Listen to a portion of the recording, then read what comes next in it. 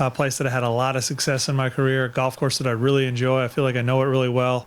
Hardly anything has changed, down to the fact that I still hit the ball about the same distance as I did in '09.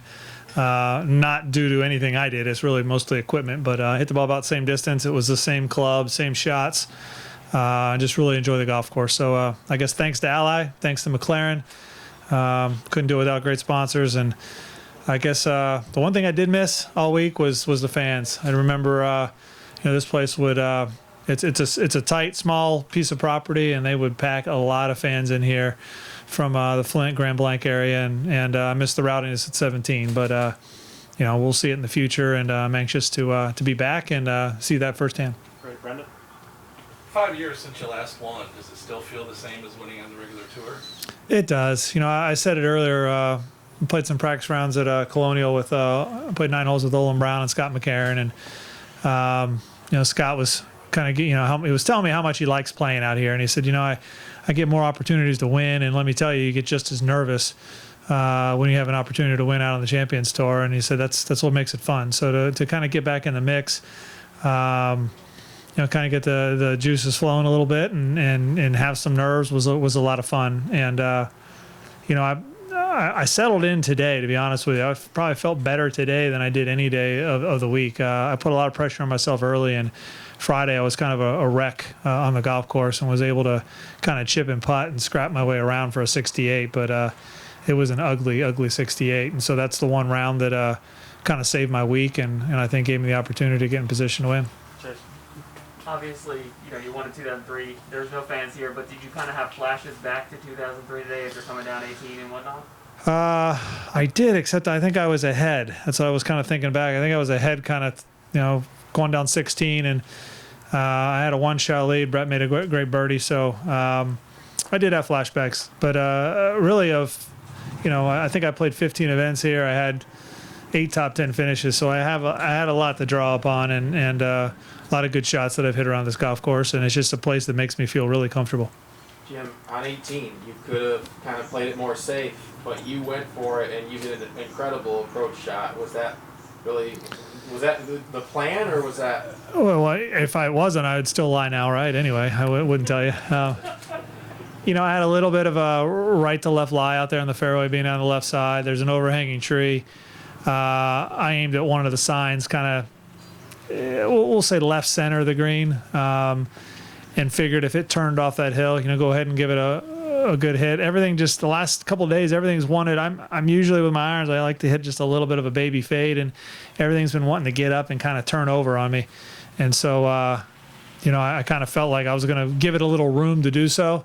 But I was trying to knock it in there, 15 feet or so. And last thing I want to do is play it out there safe, have Brett knock it in there tight, and go to a playoff. So I had the greens where they were receptive, they were soft, and I had a perfect club. If I got trapped in between clubs, I probably would have hung that one out a little farther right. But it was just a good firm 6-iron on the way in. So when you get a perfect club like that, you can get a little more aggressive. Roy?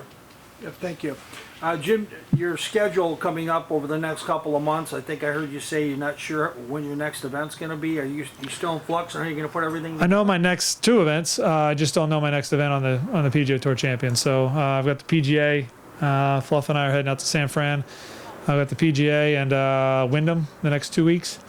And then I don't know. I have to kind of regroup and make a decision, and I'll have to do that pretty quickly after probably Wyndham. Unless I play really well at the PGA and Wyndham and get myself in the playoffs, I'll probably have to make a decision, which tour I want to play predominantly. But I'll be back out on the Champions Tour some this fall, and there's a couple events I kind of have earmarked I'd like to play.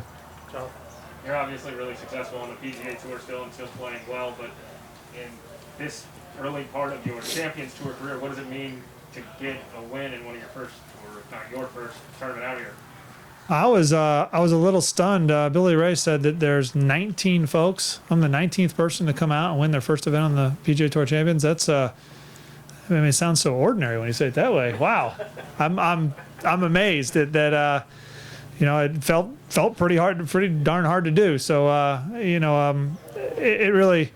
I forget what the question was, but it's a huge boost of confidence for me. I really feel like I've been playing pretty well this year, and I really haven't been getting that much out of it. And I think kind of my mindset and as much pressure as I put in, I put a lot of work in last week at home. Hit a lot of wedges, a lot of short irons, kind of getting ready for that 12, 13, 14 stretch. And if you look at the way I hit it this week, my iron game wasn't really that sharp, and it's in spots, but my wedge game was incredible. Back nine today, I kind of didn't. I was kind of 0 for 3 on the back nine with a wedge in my hand making birdie, but the rest of the week I was 50% or more. So it's what kind of saved me, and that's that work I put in last week really did a lot of damage. Brennan, what does this do for you moving forward when you go back to the PGA Tour the next couple of events? I hope it gives me some confidence. I mean, anytime you get yourself in the hunt, in contention, and you hit some good shots down the stretch, knocking some putts, I think it's a confidence builder. I haven't been there in a while. I haven't been in the hunt like that since the Players in 19. So we're talking March of 19. So to kind of get in there and feel comfortable and settle in and hit some good shots, it's a big boost. So hopefully I can take some of that confidence back out to the PGA Tour. So, how special is this, do you think, for Fluff having one of his first wins with Peter? It was his very first. Yeah, Peter's first for sure. Yeah, for 40 years ago at this course at the Buick Open. How special do you think this is for him? Oh, he's right back there. I bet you he could tell you. But was he talking about it all? he told me a month ago his first win was here. So it was Peter's first. It was Fluff's first. If you look at our golf bag, we always have one of those Warwick Hills purple towels on the bag, and he reminded me a month before we came here that it was his first win. It would be sure nice to have his first Champions Tour win at the same golf course. So glad we were able to do it. We won here in 03 as well, so it's a special place for both of us. Yeah, one real quick comment. I was standing next to Peter Jacobs, and I didn't realize it. And so when, Really? Yeah, he was He's usually yapping. You usually figure it out pretty quick. Yeah, you're right. But he was looking at Fluff and looking at you. I could tell it was a real proud moment looking at your win up. Yeah, it was nice to see. I kind of walked up and did a double take, saw him, and he kind of said, "Good shot." It was before Brett had really hit his bunker shot and that, but it was nice to see him stick around. And I know he means a lot to Fluff and vice versa. They're tight, and to have him here was pretty cool. Everyone good? Thanks, Jim. Thank you. Congratulations. Thanks, y'all. I appreciate it very much. Congrats. Thank you.